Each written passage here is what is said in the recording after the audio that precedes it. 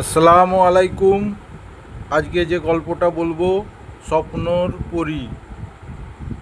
স্বপ্ন না হয়ে রাতে দেখি, কিন্তু সে তো আমার মন জুড়ে থাকে সারাদিন। এক পরীর খোঁজে আমি হাঁটছি, হয়তো কোথাও সে আমার দেখছে চুপি চুপি। জানি না সে কবে আসবে, কিন্তু আমি অপেক্ষা।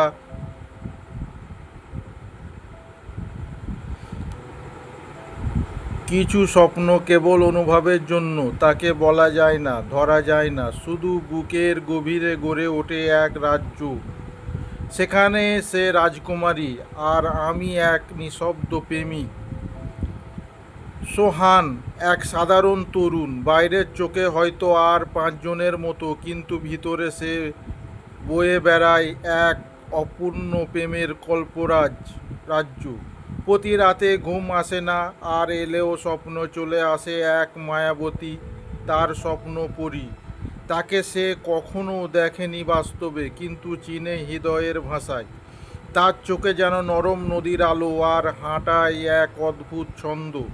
সোহান ভাবে এই মেয়েটাই হয়তো তার হৃদয়ে চিরকালের বাসিন্দা। রাত যতই গভীর হয়, সোহানের কল্পনা ততই স্পষ্ট হয়ে ওঠে সেই রাজ্য, যেখানে গাছের পাতায় ঝরে পড়ে সোনালি আলো, পাখিরা গান গায় কৃষ্ণচূড়ার ছায়ায়। আর সে আলোর মাঝে হেঁটে আসে স্বপ্নপরী, তার রাজকুমারী। তুমি এলে, সে জিজ্ঞাসা করে কল্পনার পরীকে। স্বপ্নপরী হেসে মাথা নাড়ে, কোনো কথা না নয়, তবুও সব কথা বলা হয়ে যায়। দিনে সোহান আবার বাস্তবতার ফিরে আসে, কাজ করে হাসে, মানুষজনের সঙ্গে মিশে যায়, কিন্তু ভিতরে ভিতরে এক শূন্যতা কাজ করে, কারণ স্বপ্নপুরী কেবল আসে রাতেই। তবুও সে হাল ছাড়ে না, প্রতিদিন সে লিখে রাখে কিছু পঞ্জরি, কিন্তু আবেগ, আর ডায়েরির পাতায়, যেগুলো কেবল সেই পরীক্ষার জন্য। ফুটবে তখন কৃষ্ণচূড়া, আসবে অনেক পাখির জোড়া, স্বপ্নপরীর মনটা ওরা, দিলাম তাকে ফুলের চূড়া। এই কবিতার ভিতরে সে লুকিয়ে রাখে নিজের ভালোবাসা, আর বিশ্বাস করে একদিন সে এই স্বপ্ন কোনো না কোনোভাবে বাস্তবে রূপ নেবে। হয়তো এক বিকেলে কৃষ্ণচূড়ার নিচে সত্যি সত্যি সে আসবে।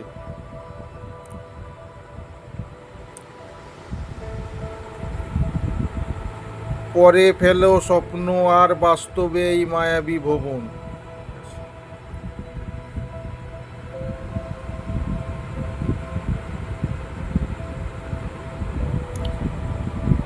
রাত যতই গভীর হয়, ততই স্পষ্ট হয়ে ওঠে সোহানের চোখে এই স্বপ্নপুরীর মুখ। প্রতিটা নিঃশ্বাসের, প্রতিটা ভাবনায় সে যেন তার চারপাশে অদৃশ্য ছায়ার মতো পাশে পাশে হাঁটে। সোহান ভাবে, কেন এত আপন লাগে তাকে, কেন চোখ বন্ধ করলেই যেন দেখি তার মুখ, শুনি আর মৃদু হাসির ধ্বনি। এই প্রশ্নের উত্তর সে খুঁজে পায় তারই লেখা একটি কবিতায়। চোখে রেখেছি যে আলো, সে কি কেবল রোদ্দুর, নাকি কোনো পরীর ছায়া, যে আসে প্রতি রাতে নিঃশব্দে, যার হাসিতে জেগে ওঠে আমার ভোর, যার নাম আমি দিই আলোকপুরী।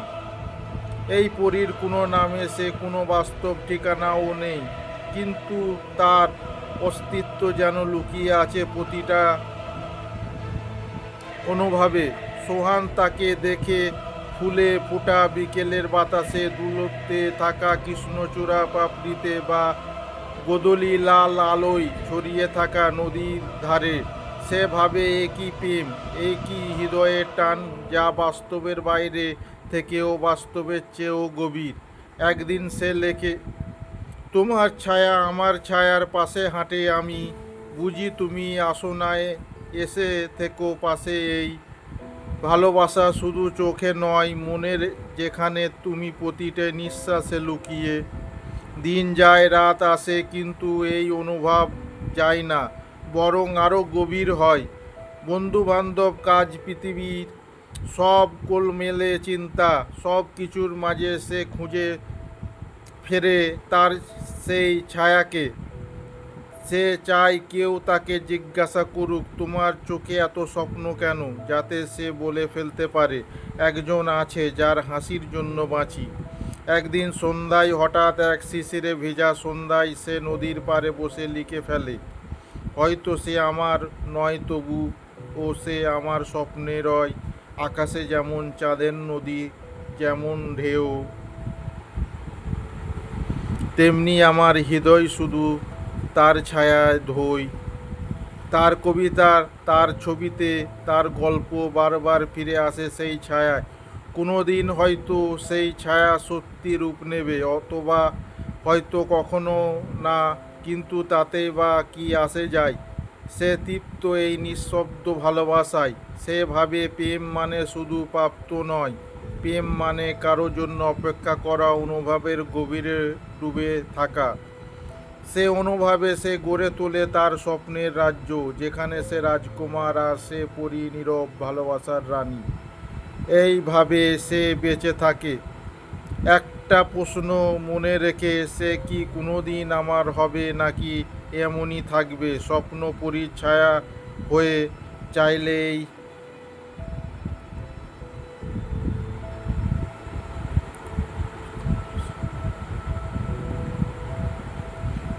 সন্ধ্যায় নাবে ধীরে ধীরে, ঠিক যেমন করে কোনো ক্লান্তি ধীরে জমে হৃদয়ে। সোহন বসে আছে নদীর পাড়ে সে পুরানো জায়গায়। আজ চারিদিকে সব ঠিকঠাক, আকাশে নরম নীল, বাতাসের ধানে গন্ধ, নদীটাও শান্ত, কিন্তু তার ভিতরে নদীটা আজ খুবই অশান্ত, কারণ আজ তার মনে প্রথমবার প্রশ্ন আসে, এই ভালোবাসা, এই অপেক্ষা, এ কি কেবল এতরূপ, বা এ কি শুধু তার কবিতার সৃষ্টি। সে ভাবে, আমি তো তাকে কখনো দেখিনি, বাস্তবে সে কি সত্যি আছে? এমন ভাবনার সাথে সাথে সে খুঁজে ফেরে তার নিজের লেখা কবিতাগুলোতে। যাকে ভালোবেসে বুকে ভরে উঠি, সে কি জানে আমি প্রতি রাত কাঁদি, স্বপ্নে আসে সেই মুখ, কণ্ঠে আসে যার নাম। সে কি কখনো বলবে, আমি আছি তোমার জন্য নির্ভয় নির্ভীক? কিন্তু এই সান্ত্বনা সে পায় না, শুধু নিঃশব্দতায় ঘিরে ধরে তাকে। চারপাশে কেউ নেই, আর থাকলেও বোঝা না তার এই গভীর প্রেমের ভাষা। সে ভাবে, যদি আমি তাকে বলতাম, যদি বলতাম তুমি আছো আমি প্রতিটা কবিতায়, প্রতিটি নিঃশ্বাসে, তবে কি বলতো। কিন্তু সে তো জানে না তার জন্য সেই কবিতা লিখেছে, সে তো জানে না সেই স্বপ্ন পরি আদৌ বাস্তবে আছে কিনা। তবুও তার হৃদয়ে বলে আছে, যেহেতু এই ভালোবাসা তাকে বদলে দিয়েছে, তবে নিশ্চয় এই ভালোবাসার উৎস কোথায় আছে কাউকে ঘিরেই। সে ভাবে, ভালোবাসা কি শুধু প্রাপ্তির নাম, নাকি একা যাত্রা, যেখানে মন হাঁটে একা, কিন্তু পথ জুড়ে ছড়িয়ে থাকে কারো ছায়া। সেদিন সন্ধ্যায় সে লিখে রক্ত মিশ্রিত কলমে, তুমি যদি না আসো কখনো, আমি তবুও তোমার জন্য লিখে যাব, তোমার ছায়ার সাথে করব কথা কথা। হয়তো কেউ বলবে পাগল, তবুও বলবো সে ছিল হৃদয়ের গভীরতায় অনুভব। তাকে এক বন্ধু বান্ধব বলেছিল, এই সব কবিতা, এই সব স্বপ্ন করি, এসব শুধু মন গড়া কল্পনা। সে চুপ করেছিল, কারণ সে জানে হৃদয়ে অনুভব কখনো সবাই বুঝতে পারে না। প্রেম মানে কেবল পাশে থাকা নয়, প্রেম মানে মন বুঝে পাশে থাকার অনুভব। সে ভাবে, আমার সেই অনুভব যদি কাউকে বদলে দিতে পারে, তাহলে সে তো আছে আমি অস্তিত্বের ভিতরে। একদিন স্বপ্নে সে আবার দেখে সেই মেয়েটিকে খুব কাছ থেকে, একদম চোখে চোখে রেখে। মেয়েটি শুধু বলে, তোমার কবিতা আমি আছি, তোমার প্রতিটা নিঃশ্বাসে প্রার্থনা আমি সাড়া দিই, তুমি শুধু লিখে যাও, আমি পাশে আছি ছায়ার মতো। সোহানের ঘুম ভাঙে, চোখ জল, কিন্তু মনে শান্তি। এবার সে জানে, এই ভালোবাসা হোক না ছায়ার মতো, হোক না কল্পনা, তবুও সে ভালোবাসে নিঃস্বার্থভাবে। এতটাই তার প্রেম, এটাই তার কবিতার সবচেয়ে সত্যি অঙ্কি। শেষে সে লেখে, যদি তুমি বাস্তবে না থেকো তবে থাকো আমার কল্পনায় চিরকাল। সেখানে তুমি হাসো, পাশে বসো, আর আমি লিখে যাই তোমার নামে।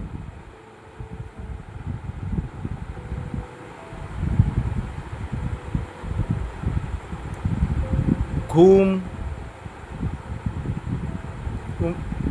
ঘুম ধীরে চোখের পাতায় নেমে আসে। শহরে কোলাহল পেরিয়ে জীবনের সমস্ত হিসাব নিকাশের বাইরে এক অদ্ভুত নীরবতা ছড়িয়ে পড়ে চারিপাশে।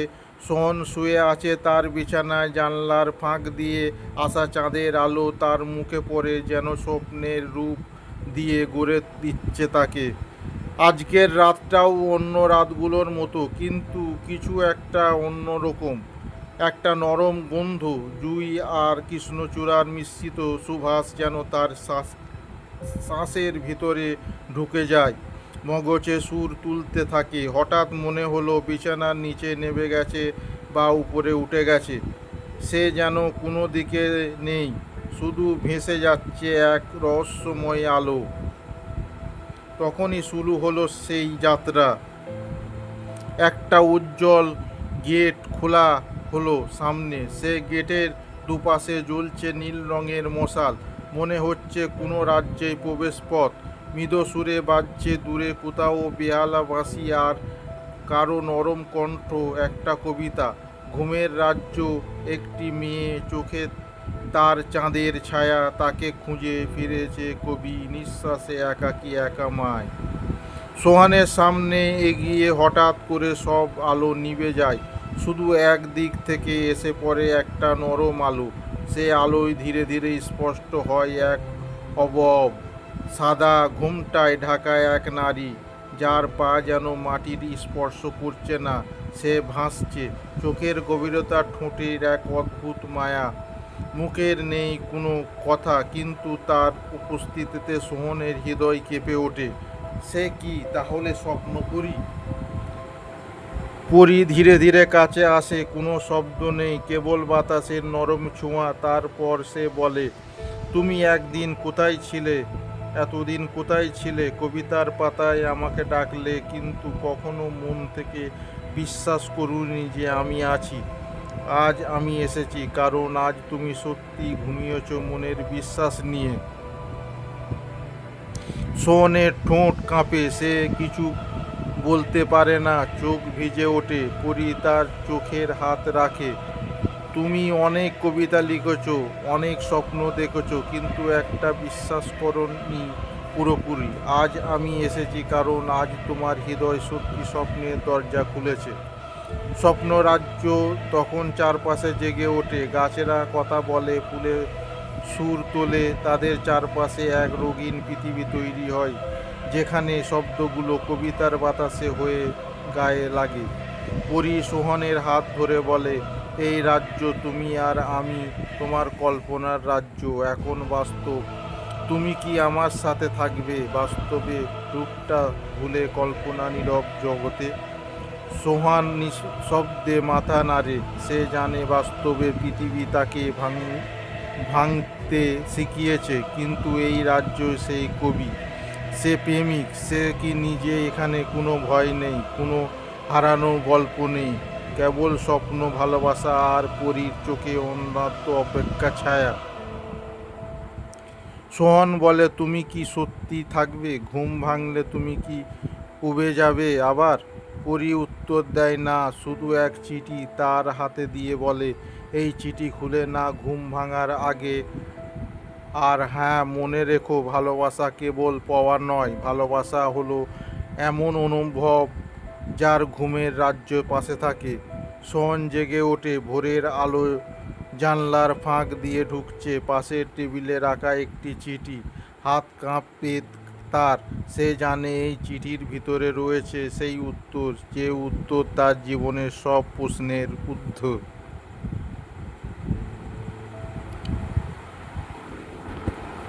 সোহান ঘুম ভাঙতে দেখলো জানলার ধারে রাখা চিঠিটা ঠিক আগের জায়গাতেই পড়ে আছে, যেন কেউ খুব যত্ন করে রেখে গেছে। তা হাতে তুলে নেয় সে। চিঠির খামে কোনো নাম নেই, ঠিকানাও নেই, তবু চিঠিটা যেন তার হৃদয়ে প্রতিটি স্পন্দের সাথে মিশে আছে। হাত কাঁপতে কাঁপতে সে খামটা খুলে পড়ে। প্রিয় অচেনা সোহান, তুমি যে কেবল ঘুমের রাজ্যে আমায় দেখা পাও, সেটা কিন্তু তুমি জানো আমি সেই স্বপ্ন পড়ি যে তুমি সৃষ্টি করেছ, তোমার কলমে, তোমার কল্পনায়, তোমার নিঃশব্দে অপেক্ষার অনুভবে। তুমি যখন বলেছিলে তুমি এলে, আমি তখন থেকেই জানি তুমি আমার অনুভব করো। তুমি আমার কখনো সত্যি পাওনি, তবুও ভালোবাসো গেছো। সেই ভালোবাসার ঋণে আমি জন্ম নেই প্রতি রাতে তোমার কবিতার পাতায়। তোমার প্রতিটা নিঃশ্বাসে আমার অস্তিত্ব আছে। আমি আছি সোহান, তোমার কল্পনা ঠিক মাঝখানে, তোমার স্বপ্ন পড়ি। চিঠিটা পড়ার পর সোহান স্থির হয়ে বসে থাকে। চোখে জল চলে আসে, কিন্তু সে হাসছে একটা শান্তির হাসি। কারণ সে যেন পেয়ে গেছে নিজের ভালোবাসার প্রমাণ। কল্পনার রাজ্য কি কেবল ভাবনায় খেলা, না কি ভালোবাসার গভীরতা সত্যিকারের সত্তাকে গড়ে তোলে। সে ভাবে কত শত কবিতা লিখেছি সেই এই এক পরীকে নিয়ে। কখনো তার চোখ, কখনো তার হাসি, কখনো তার বলা ভালোবাসা নিয়ে। অথচ এই প্রথমবার সে পরী নিজের উত্তর দিল। এই চিঠিটা কি সত্যি কেউ রেখে গেছে, নাকি এটা সোহানের কল্পনা অংশ, সে নিজেও জানে না। কিন্তু না, যা জানে তা হলো এই অনুভব জীবনের সবচেয়ে মধুর ব্যাপার। সোহান এবার নিজেও একটি চিঠি লেখে। সে জানে না কে পড়বে, কোথায় পৌঁছাবে, তবুও সে লেখে। প্রিয় স্বপ্নপুরী, তুমি কি সত্যি আছো আমি জানি না, কিন্তু আমি প্রতিটা রাতে অপেক্ষায় থাকি তোমার পায়ের ধ্বনি শুনে আমার ঘুমের ভিতরে। আমি চাই তুমি বাস্তবে এসে আমার কষ্ট দাও, কিন্তু চাই তুমি স্বপ্নে থেকে শুধু থেকো। তোমার চুলে জড়ানো কৃষ্ণচূড়া গন্ধ যেন আমার প্রতিদিন বাঁচিয়ে রাখে। তুমি চলে যেও না। যদি কখনো চলে যেতে চাও বলো আগে, আমি শেষ কবিতা লিখে রাখব। যদি একদিন দেখা না হয়, তবুও রবে তুমি মনে, হৃদয়ের কুঠুরিতে আঁকা এক পরী হয়ে। তোমার সোহান। চিঠি লিখে সে রাখে তার খোলা ডায়েরির মাঝে। জানে না কে পড়বে কিনা, তবুও তার মন হয় পড়ি কোনো এক জাদু বলে সেই চিঠি পৌঁছে যাবে ঠিক ঠিকানায়। তারপর সে চোখ বন্ধ করে আবার ঘুমোতে চায়। চাই সেই পথটাতে হাঁটতে, যেখানে আলো ঝলমলে রাস্তা, ঝিরঝির হওয়া, আর শেষে দাঁড়িয়ে থাকা তার স্বপ্ন পরি। বাইরে পূর্ণিমার আলো, আকাশে ছড়ানো তারা। ঘুম ধরা চোখে আবার সেই স্বপ্নের রাজ্যে ঢুকে পড়ে সোহান। সেখানে ঠিক জায়গার পাশ দিয়ে হেঁটে চলে যায় এক পরীর ছায়। হাতে সেই ধরে রেখেছে একটা চিঠি। এই ভালোবাসা শুধু একটি সম্পর্ক নয়, এটি এক আন্তরিক বন্ধন, যেখানে বাস্তব আর কল্পনার মাঝে এক গভীর সংযোগ তৈরি হয়। সে জানে না সত্যি কি না, তবুও হৃদয়ে সমস্ত আবেগ দিয়ে সে ভালোবাসে সেই স্বপ্নপুরীকে।